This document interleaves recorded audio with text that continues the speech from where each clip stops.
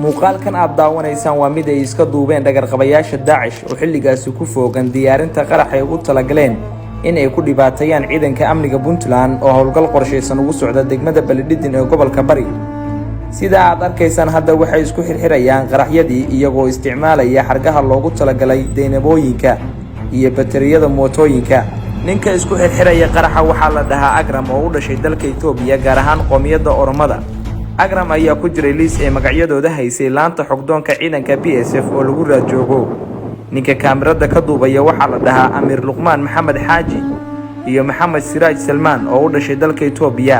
shakhsiyaadkan ayaa ahaa dhammaantood kuwa lagu raadjoogo. waxay hadda ka soo ambabixeen xaruntoodii si ay wadada u geliyaan miinooyinka ay sameeyeen.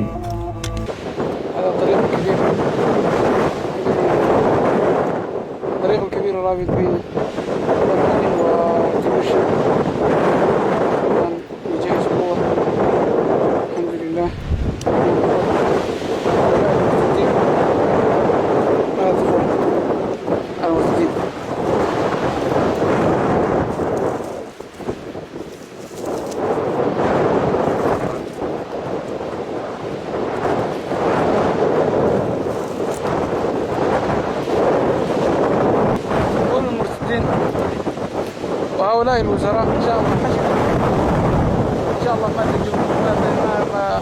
ما تجون إن شاء الله بقواتنا إن شاء الله. كان هو طريق ويناي وحي الشيخ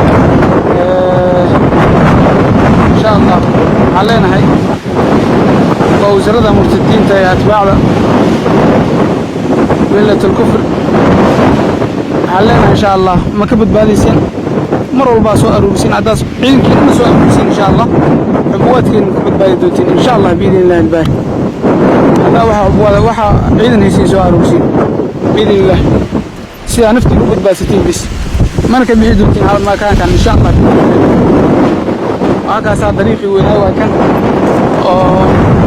وصبحنا هاي وصاصة الإيمان هاي إنه أقل دلو كسي سعودو قلت إذن سيمر هاي طريقي وينهي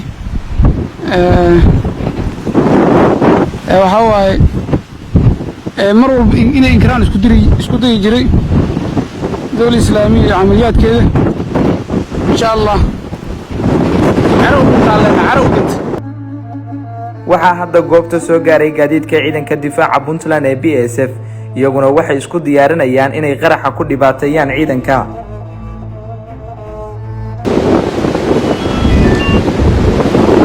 الله صالح عليك السلام ورحمة الله وبركاته. أخي كاميرا عندي انتظر يمرون انتظر. الله أكبر الله أكبر الله أكبر الله أكبر الله أكبر الله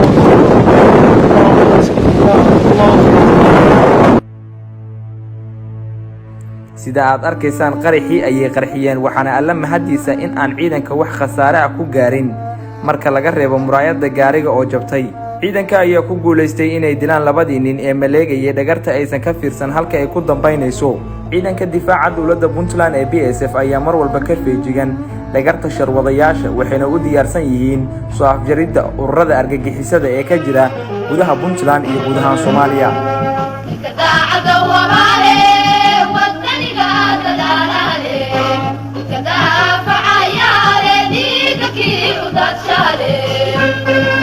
Thank you.